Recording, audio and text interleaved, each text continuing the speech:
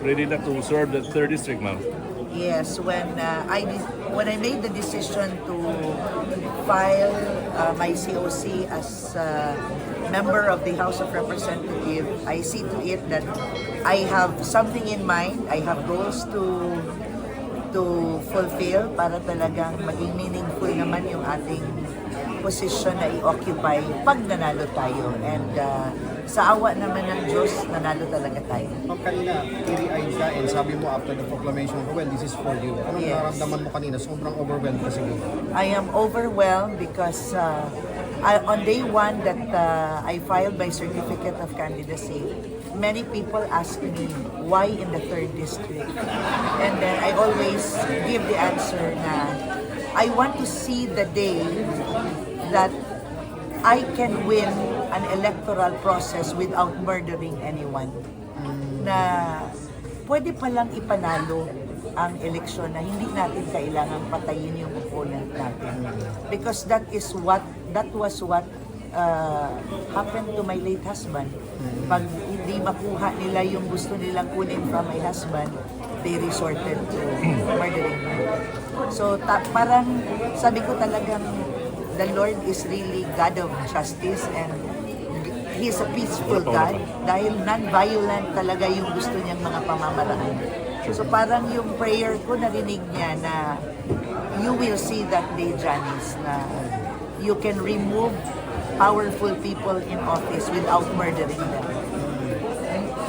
Unlike what they did to the late governor, my husband. Pero meron naman silang final or yung isang citizen may final na disqualification against you and kanina nga nag-manifest pa yung isang lawyer na dapat daw, sinabi lang niya na yun nga, merong ganong kaso sa COMELEC. That has always been their tactic. Kung titingnan mo yung ilang elections na nagdaan, palagi silang merong mga paraan, no, na pag nakikita nila na strong contender yung kalaban nila, all form of antics na talagang, there was a time they asked someone whose name isn't Gasendo Magdigamo to run using that name. And then came another year, they filed, they asked, pag sinabi kong they asked, my proof ako na sila talagang nagpatakbo. Grego Gaudia to run using the name Ruel Degamo.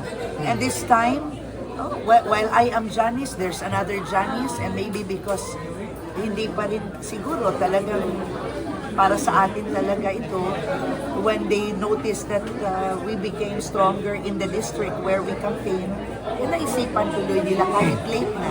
Diba? Provision naman yan dun sa rule ng COMELEC na talagang nag-ano na sila, go beyond the dates that they are supposed to file the disqualification case. So do you think masusurpass mo itong hurdle na ito?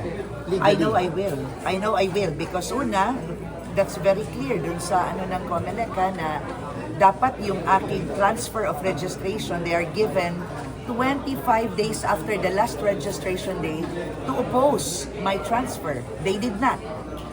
Nang mag-file ako ng COC, they're given 5 to 10 days to also file for my disqualification. They did not.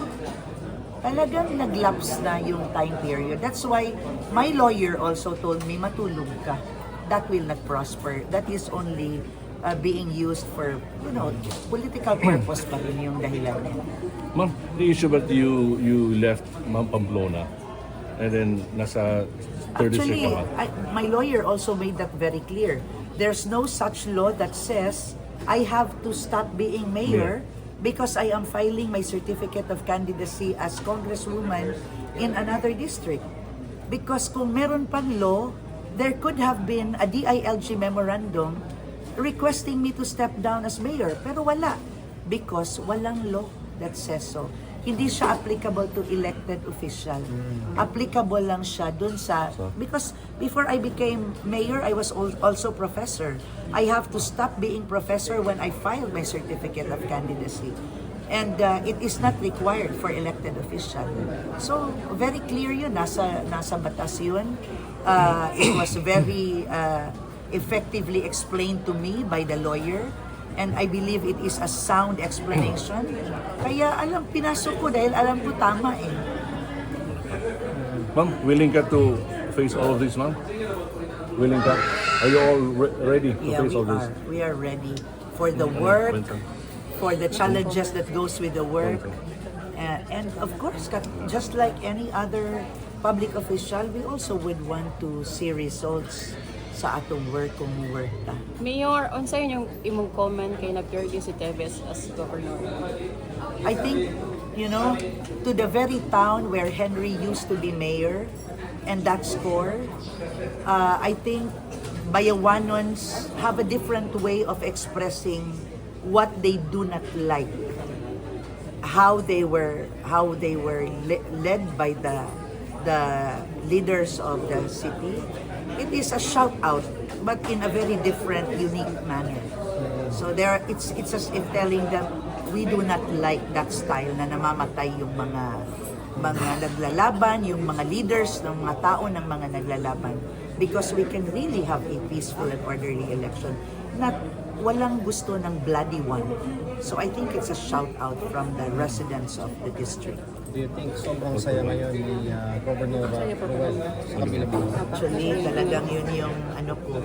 After we get yung trending na parang we're really headed towards victory, I know that Ruel is also celebrating with me. Mayor, anong mga program susulong niyo for the 3rd District? Talagang when I was going around during the campaign, I was talking about hoping to being able to put parang yung smart city but smart district, the installation of CCTV cameras district-wide. It's quite ambitious, but it's achievable. Based also from the experiences we have had when Ruel was murdered. Nahuli talaga yung nag-murder sa kanya because the CCTVs have helped locate the people, locate the vehicle. So nakita ko talaga na-appreciate ko yung technology. But meron also caution doon because during the time my husband was governor, there were murders that have happened in Bayawan. Ruel would write a letter to the LGU requesting for a footage of the CCTV, but he was never given. So ningon jud ko, if ever naadjud tay law that says it will not be entrusted to one agency, not to an LGU, not to one single agency of the government, I would prefer that it would be stakeholders in the community because it is the community who cannot afford to sell their piece. So more like that, and that will be coupled with an anonymous reporting system na you can report crimes just like 911 in the US. We can have our own version of that. Yung pangalan ng informant will be anonymous, will not be accessible to anyone, but the informant and the responder will be able to get rewards kasi di ba dapat yung mga intelligence fund doon ginagastos. We have to give rewards to informant and responder if a crime did not occur because successful yung pag-respond at yung report, or arrests were made because of the report. So parang involving the entire community to not just be passive observers of what happened to us. It's tedious work, hindi siya katulad ng ginagawang kalsada, magpa-program of work at hingi ka lang ng budget, mag-bidding, you implement. This one is tedious but I am willing to walk the extra mile to be able to do this. And hopefully, by the end of the term, talagang magawa natin at kayanin natin. Ma'am, 3 decades na hawak ng mga Tebes yung distrito na yan. Anong feeling niyo ngayon na kayo na, mga Degamo, ang hahawak nito? Ayoko namang sabihin yung term na hawak kasi pupunta tayo dun, magsiserve tayo eh.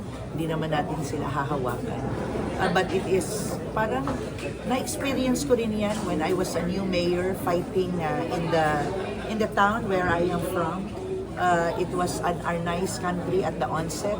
Talagang ang daming nagsabi, tatalunin niyo ba yan? They have been there decades already, pero pinanalo natin yun.